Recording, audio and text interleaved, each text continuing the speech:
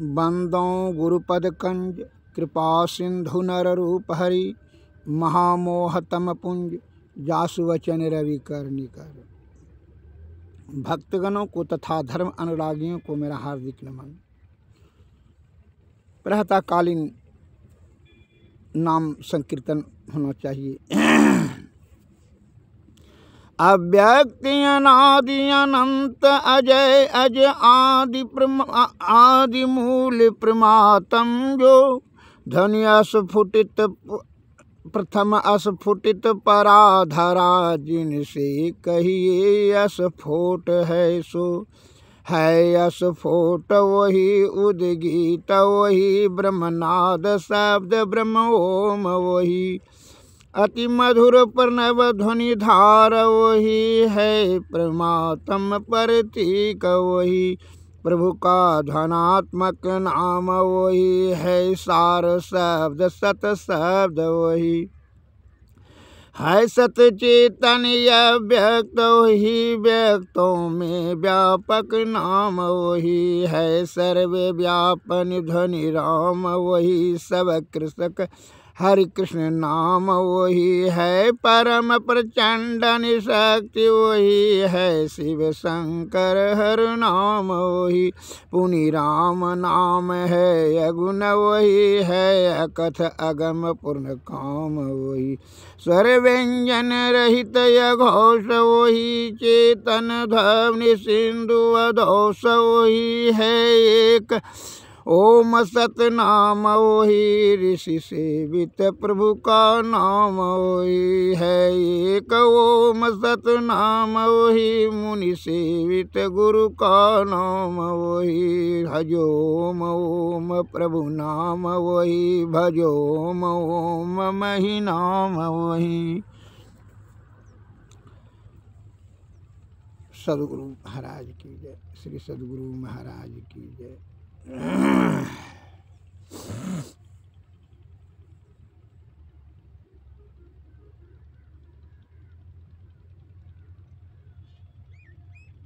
संत वाणी में एक शब्द आया है,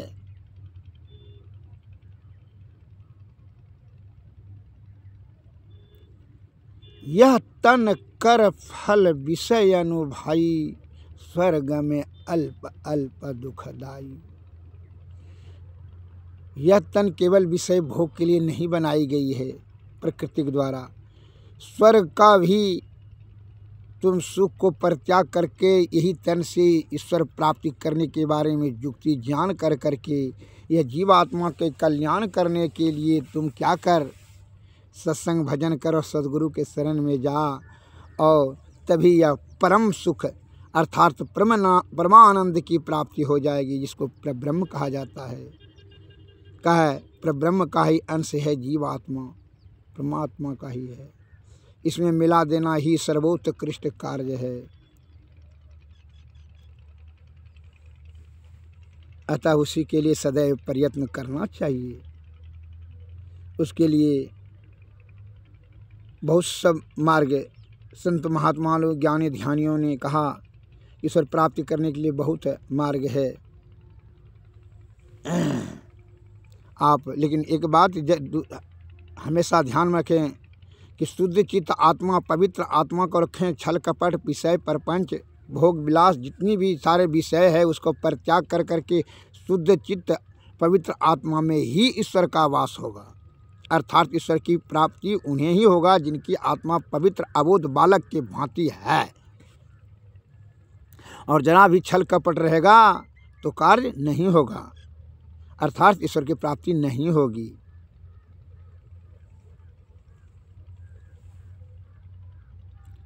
कहे संत वाणी में आया है, परहित सरिस धर्म नहीं भाई अपर पीड़ा शम नहीं अधिमाई।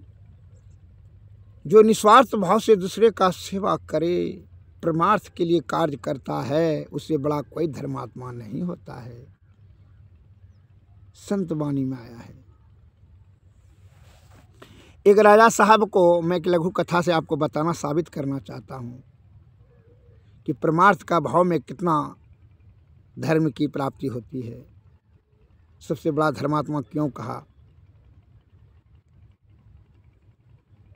स्वार्थ के वशीभूत तो सभी कार्यरत है ये हैं, लेकिन जो परमार्थ का कार्य करे वह धर्म कहलाता है, अर्थात धर्म हो जाता है। एक राजा को 4 पुत्र थे। चारों को योग्यता परखने के लिए कि कौन यह राजगद्दी के योग है, सिंहासन के योग अर्थात राजा बनने के योग कौन है, किसमें कितना सत्यता है, कितना आत्मज्ञान है, यह परखने के लिए राजा साहब ने इस बात का घोषणा किया। चारों पुत्र को आदेश दिया, आज्ञा दिया कि जाओ तुम चारों ने सबसे जो बड़ा धर्मात्मा है उसको खोज करके लाओ, उसी को यह राजगद्दी का भार देंगे, अर्थात उसी को राजा घोषित करेंगे, उसी को राजा बनाएंगे। ऐसा सुन करके चारों भाई निकल पड़े और एक बड़का भाई ने जा कर के बहुत खोजने के बाद बहुत शहर बाजार गांव गिराव हर जगह खोजा, तो वहाँ देखा कि भाई वो सत्संग प्रवचन करते, बहुत बड़ा भव्य सत्संग प्रवचन हो रहा था। वहाँ बैठे तो सबसे बड़े जो प्रवचन करता थे, सबसे बड़ा महात्मा, उनसे जाकर के निवेदन किए कि महात्मा जी आप तो बहुत ज्ञानी महात्मा जी हैं, आप सबसे बड़ा धर्मात्मा है, ये तो सब आपका चेला चटिया है, अतः आपसे निवेदन है कि हम राजा का पुत्र हैं, आप हमारे राजमहल में चलिए, आपका हम स्वागत करते हैं, आपका वहीं सत्संग कीजिएगा और इनाम भी आपको, दान दक्षिणा भी हम देंगे, मैं राजकुमार हूँ, राजा साहब का बड़ा पुत्र हूँ। उनको यह कह करके राजमहल लेकर के आए और राजा साहब से निवेदन किया, पिताजी ये सबसे बड़ा महात्मा है, प्रवचन करते हैं, बहुत ज्ञानी है। क्योंकि नहीं, सब तो बड़ा महात्मा है तो ठीक है, अच्छी बात, उनका स्वागत करो, अतिथि गृह में बैठाओ, सेवा सत्कार करो, धर्मात्मा है ये है, अच्छी बात है। उनको अतिथि गृह में स्वागत के साथ सेवा सुश्रा करने लगे, बिठाए। अब जो है, अब दूसरा बेटा लेकर के आए, एक बहुत बड़े सिद्ध पुरुष को, जो कि 50 वर्षों से वह गुफा में, पहाड़ के गुफा में जा कर के तपस्या करते थे, वो निकले थे और उसका जो है बाल का जटा जो है धरती में लटक रहा था, दाढ़ी तो बहुत बड़ा बड़ा था जो कि धरती को बढ़ते हुए जा रहा था और सूख कर के हड्डी के समान हो गया था, चेहरे पर अत्यंत झुर्री और दुर्बल अवस्था में था, कांति लेकिन उनकी चमक बहुत था। तो जो है उसको बहुत बड़ा महात्मा, वहाँ शोर हो गया बाजार में, जैसा है बहुत बड़ा शोर हो गया, जो है उनको लेकर के आए। यह राजा साहब के पुत्र ने कहा कि महात्मा जी आप तो सबसे बड़े धर्मात्मा है कि आपको किसी प्रकार का कोई विषय भोग कोई भी तंग नहीं कर सका, ना कोई किसी के विषय के अंतर्गत में आप आ सकें। अतः आपसे निवेदन है कि आप हमारे राजमहल चलें, मैं आपका वहाँ स्वागत करूँगा, भव्य स्वागत होगा आपका, राजा साहब का मैं पुत्र हूँ। तो इस प्रकार से उसका निवेदन करके लेकर के आए। तो राजा साहब को अपने पिताजी को पुत्र ने कहा पिताजी ये 50 वर्षों से पहाड़ के गुफाओं में तपस्या करते थे, देखिए ये सबसे बड़ा महात्मा है। क्योंकि हाँ ठीक है, अच्छी बात है, ये तो है, ये महात्मा है, ये है धर्मात्मा है, ये है, ठीक है, उनको बैठाइए राजमहल में। राजमहल में बैठाया तो है। अब तीसरा पुत्र एक किसान को लेकर के आए। किसान को भोले भाले सरल किसान थे, बड़ी खेती मेहनत से करते थे, रात दिन खेत में जो है पसीना बहा कर करके कमा के खाते थे, जो है 4 बाल बच्चा को लालन पालन पोषण करते थे, जीव को पालन करते थे, बड़ा सत्य शुद्ध चितात्मा और सत्य ही बोलता था। गांव वाला ने और उस जगह का नगरवासी ने कहा कि यह असत्य कभी नहीं बोलता है, कभी झूठ नहीं बोलता है, यह परिश्रम कर करके ही खेत में परिश्रम करके ही अपना जीविकोपार्जन करता है, जीवन में कभी यह झूठ नहीं बोला है। कहा तब तो बहुत बड़ा ये धर्मात्मा। हाँ, सबसे बड़ा धर्मात्मा है। तो कभी यह मांस मछली अंडा और किसी प्रकार का विषय भोगी, किसी प्रकार का कोई कलंक नहीं है। सादा जीवन व्यतीत करते हैं और सत्वगुण में रहते हैं, सदाचार का पालन करते हैं, सत्य ही बोलते हैं और हमेशा शारीरिक परिश्रम से अपना जीविकोपार्जन करते हैं। उनको जो है तीसरा पुत्र ने उसको फुसला ना कर करके कि चलिए राजमहल, उनका स्वागत किया जाएगा। तो वहाँ भी उनको लेकर के आए करके कि पिताजी से उन्होंने, तीसरा पुत्र ने अपना प्रशंसा करते हुए कहता, देखिए पिताजी, यह कभी झूठ जीवन में नहीं बोला है। एक किसान बड़ा परिश्रम खून पसीना बहा कर करके अपने जीविकोपार्जन करता है और परिवार का भरण पोषण करता है। यह सभी नगरवासियों को इस बात का जानकारी है, इसलिए सबसे बड़ा धर्मात्मा यही हुआ। कहाँ अच्छी बात है, बैठा कर रखिए अतिथि गृह में, उनका स्वागत कीजिए। ये तो धर्मात्मा ही है, जो सच्चा बोलता है तो धर्मात्मा। चौथा पुत्र बहुत धर्मात्मा खोजने के बाद भी उनके समझ में नहीं आया। तो जब वह लौट करके आ रहा था राजमहल, तो उसने देखा कि एक जो है भोले भाले सज्जन, जो कि देह पर जरा को वस्त्र नहीं था, केवल उसको बिस्त्री पहना हुआ था, ना पैर में चप्पल था, वह निस्वार्थ भाव से, वह कुत्ता का पीठ पर घाव था, उसको जो है गर्म पानी से धोता और जड़ी बूटी पीस करके लगा करके जो है उसको घाव को ठीक किया। उसने देखा वहाँ बैठे बैठी 8-10 दिन रह करके और वह भीख तीख मांग करके खाता था और किसी का कोई निस्वार्थ भाव से जो भी मदद करता था उसका जाकर मदद करता था, जो उसको जिसका मदद करता था वही उसको खाना दे देता था। उसको किसी प्रकार का ना घर था, ना मकान था, ना दुकान था, ना जगह ज़मीन कहीं था, उसका बासे नहीं था। वो जिधर मन तिधर सो जाता था और दिन भर जो है निस्वार्थ सेवा करते रहता था, एक पैसा भी किसी से नहीं लेता था। यहाँ तक कि मनुष्य को छोड़िए, वह पशु पक्षी का भी सेवा करते रहता था निस्वार्थ। भोजन जो देता था, नहीं तो भूखले रहता था। वह सबसे बड़ा धर्मात्मा है, परमार्थ का भाव है उनको। जो है वह छोटका लड़का राजा साहब का, उसको जो है विनती आरजू विनती कर करके उनको लेकर के आए कि चलो तुमको जो है राजमहल। वो आना नहीं चाह रहा था, लेकिन जो है वो बड़ा आरजू विनती करके लाया। तो कहा ठीक है, आया साथ में। तो कहा पिताजी, यह निस्वार्थ भाव से यह एक जो है पशु पक्षी का भी निस्वार्थ भाव से इस सेवा करता है। जिससे वह कुत्ता से कोई मतलब नहीं था, उसको पीठ पर घाव था, तो ये देखें हम उसको वहाँ 10 दिन रुक करके की सेवा किया और घाव छुड़ाया। और जिसका मन तिसका जो है जो चीज कहता है वह निस्वार्थ सेवा कर देता है। भीख तीख भी नहीं मांगता है, जो उसको भोजन देता है ठीक है, नहीं भोजन देता है वो भी ठीक है। इसको किसी प्रकार का कोई भी चीज़ से लालसा नहीं है, ना मकान है, दुकान है, कुछ नहीं है इसको पास, रहने का भी ठिकाना नहीं है। और यह निस्वार्थ सेवा रात दिन करते रहता है। सत्संग भी जाते होते रहते हैं सुनने के लिए। क्या संत वाणी में आया है कि हाँ, सबसे निस्वार्थ जो सेवा करता है, संत वाणी में आया है, परित सरिस धर्म नहीं भाई, अपर पीड़ा श्रम नहीं अधिमाई। जो निस्वार्थ भाव से परमार्थ के लिए कार्य करे, वो सबसे बड़ा कोई धर्मात्मा नहीं है। अतः यह सही सबसे बड़ा धर्मात्मा है। तुम योग्य होगे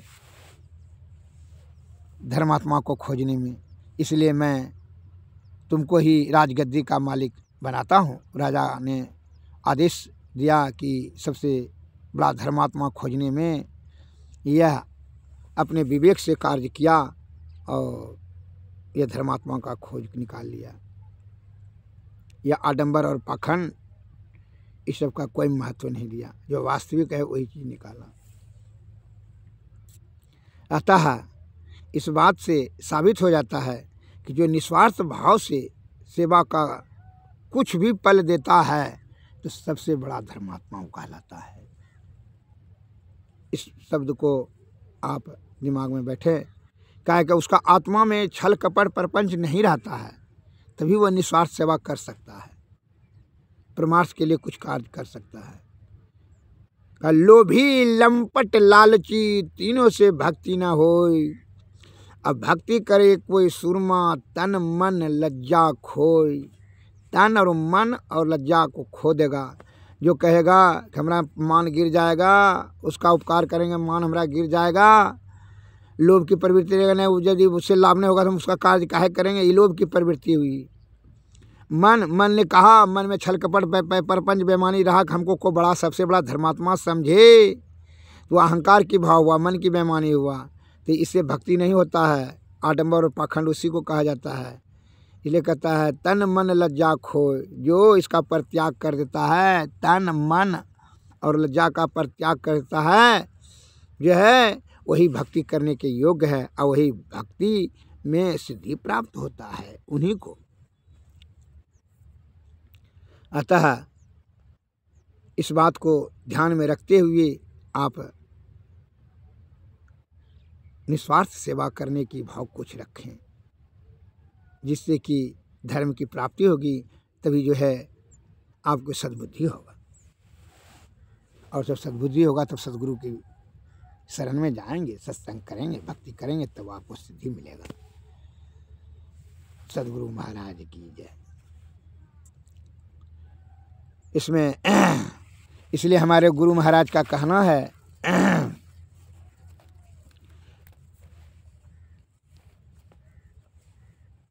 कि शुद्ध चित्त आत्मा से ईश्वर को स्मरण करें। एक लघु कथा मैं आपको और बता देना चाहता हूँ, ध्यान से सुनिए। एक सेठ जी ने बहुत रुपया खर्च कर करके के भव्य मंदिर बनाया। उसमें यह घोषणा किया कि जो कल जो है मठाधीश का चुनाव किया जाएगा, अपना अपना जो है शास्त्र और ज्ञान का परीक्षा देने के लिए यहाँ आ जाएं। जो परीक्षा में पास होगा उसी को यह मंदिर का मालिक बना दिया जाएगा, वही मंदिर के अधिकारी बन जाएंगे, उच्च पदाधिकारी बन जाएंगे। वह अरबों रुपया खर्च करके सेठ जी ने बनाया। तो ऐसा घोषणा सुन करके बहुत से विद्वान पंडित अपना पोथी पत्रा शास्त्र उपनिषद इत्यादि लेकर करके अपना ज्ञान का परीक्षा देने के लिए आ गए, और वह समय निर्धारित किया था कि कल जो है 12 बजे के पहले, दिन में 12 बजे के पहले आना है। तो सब तो सवेरे से ही आ गए, एक तो कल पहले से ही समय से पहुंच गए थे। वहाँ जो है 10,000 विद्वानों का भीड़ हो गए, क्योंकि इसलिए कि समझ लिया कि जब ये मंदिर का मालिक बन जाएंगे, मठाधीश बन जाएंगे, तो अनेक प्रकार का आमदनी होगा, फिर बिना परिश्रम का ही फल प्राप्त होते रहेगा, यही लालसा से। तब जो है सभी विद्वान आज गए, कहा ठीक है। सभी विद्वान ने कहा कि सेठ जी ठीक है, परीक्षा लीजिए, शुरू कीजिए इंटरव्यू, जो पूछना है पूछिए जौन शास्त्र से। कहा ठीक है रुक जाइए। तो 12 बजे के बाद एक सज्जन आए, बहुत सरल साधारण मजदूर था।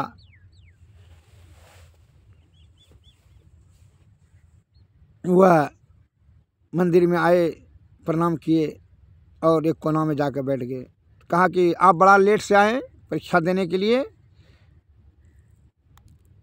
तो कहा कि सेठ जी मैं परीक्षा देने के लिए नहीं आया, हम मंदिर का दर्शन करने के लिए आए हैं, मंदिर का दर्शन कर लेंगे, भगवान का दर्शन करने के लिए आए, परीक्षा देने के लिए नहीं आए, हम तो मूर्ख आदमी हैं, खाली सत्संग उत्संग कहीं जाते हैं तो होता है तो सुनने के लिए जाते हैं, इसलिए हम सोचे कि मंदिर का दर्शन कर लें।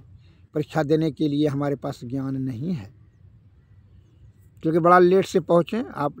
लेट होने का कारण यह था कि जो है रास्ते में बहुत पत्थर सब था, कटा कुसा था, उसी को साफ करने लगे। और गुप्तचर ने भी इस बात का सूचना, वह जितना भी रास्ते में बाधक पत्थर, बड़ा बड़ा पत्थर कटा कुसा जो रख दिया था, उस सेठ जी के ही इशारे पर रखा गया था। उन्होंने ही आदेश दे रखा था नौकर को कि रास्ता बाधित कर दो, और सभी पत्थर को हटा हटा के बेलाग से जो है दूसरे का फसल नुकसान कर करके आता था, लेकिन पत्थर को कोई नहीं हटाया और ना कटा कुसा को हटाया। यही जो है एक जो सज्जन था जो ये साफ़ सुथरा किया और वही करके जो है आया लेट से। उसका गुप्तचर ने भी सेठ जी को, उसका गुप्तचर ने यह बात का सूचना दिया सेठ जी को कि यही जो है पत्थर को हटाया। कहा ठीक है, अच्छी बात है। उसको कहा, सेठ जी ने घोषणा किया कि सबसे योग्य जो है यही सज्जन है, जो कि तो सभी विद्वान ने शंका व्यक्त किया करके मठाधीश का अधिकारी इसी को हम बना दिए। वह लिख पढ़ करके दे दिया और उसी को मठ का माल। उन्होंने कहा उस सज्जन ने कि सेठ जी हम तो मूर्ख आदमी हैं, हम ईश्वर का तो विनती उनती भी नहीं जानते हैं, स्तुति विनती कुछ नहीं जानते हैं, तो आप हम कैसे मालिक बन सकते हैं। ना हमको कोई संस्कृत का ज्ञान है, ना हिंदी का कोई स्तुति विनती का दोहा याद है, हम कैसे करेंगे। क्योंकि दोहा और संस्कृत और अंग्रेजी का विद्वान होना जरूरी नहीं है। मंदिर का सेवा करने के लिए परमार्थ की भाव होना चाहिए। आपका सभी आप लोगों का जो है सभी का परीक्षा किया गया, आप सभी लोग वो रास्ता से बगल से आए जिसको फसल नुकसान हुआ। आप लोगों में किसी को यह था चाहत कि वहाँ मंदिर का मालिक बनेंगे, आमदनी पूरा होते जाएगा, 1 लाख रुपये 2 लाख रुपये महीना कमाएंगे मंदिर में जो आमदनी होगा, यही आपकी लालसा से आप लोग आए। मंदिर का सेवा करने के भाव से नहीं आए। इसलिए आप लोगों में छल कपट प्रपंच था, स्वार्थ की सिद्धि थी, और यह निस्वार्थ भाव से यह पत्थर को वहाँ हटाया। जिसमें निस्वार्थ का भाव नहीं हो, परमार्थ का भाव नहीं हो, वो धर्मात्मा कैसे हो सकता है। और जो धर्मात्मा नहीं होगा तो उसको मंदिर का मालिक हम बनाकर क्या करेंगे। जो छल कपट प्रपंच है तो वो तो अनाचार बेविचार फैला देगा मंदिर में। इसलिए तुम लोग योग्य नहीं हो। तुम लोग जा सकते हो, किताब पोथी पढ़ी पढ़ी जगमुआ, पंडित भया न कोई, 2.5 अक्षर प्रेम का पढ़े सो पंडित होई। महान संत कबीरदास जी की वाणी में आया है। उन्होंने सेठ जी ने कहा कि पोथी पढ़ने से पंडित नहीं बनता है, जिसका हृदय में श्रद्धा प्रेम निस्वार्थ सेवा परमार्थ का भाव उपकार करुणा क्षमा सहनशीलता नहीं हो, इंसानियत नहीं हो, वह कभी पंडित नहीं बन सकता है। इस प्रकार उसने कह करके सबको भगा दिया और